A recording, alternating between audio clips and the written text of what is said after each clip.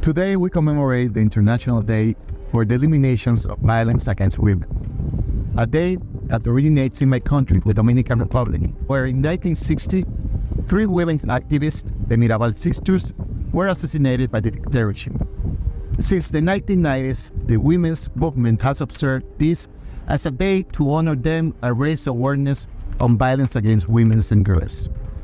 This day is of course important in its own right, but even more so because it marks the start of 16 days of activism against gender-based violence, also called the Orange the World campaign. And sadly, this campaign is still very much needed, as illustrated by the thousands of women and girls that are victims of horrendous violence in conflict situations, and by the fact that still today, in 2023, 1 in 3 women face violence during their lifetimes. Each year, 245 million women and girls worldwide experience physical and/or sexual violence from intimate partners. And despite these alarming numbers, commitments to the prevention of gender-based violence fall short.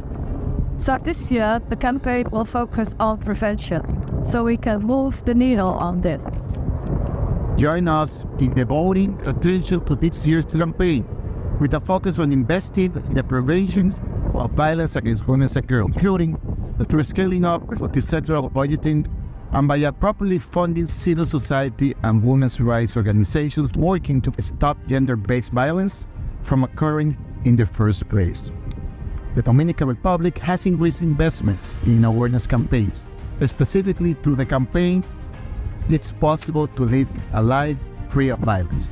And similarly, the Netherlands has launched the SDG 5 Fund, one of the biggest funds of its kind, with over $500 million available for the 2021-2025 period.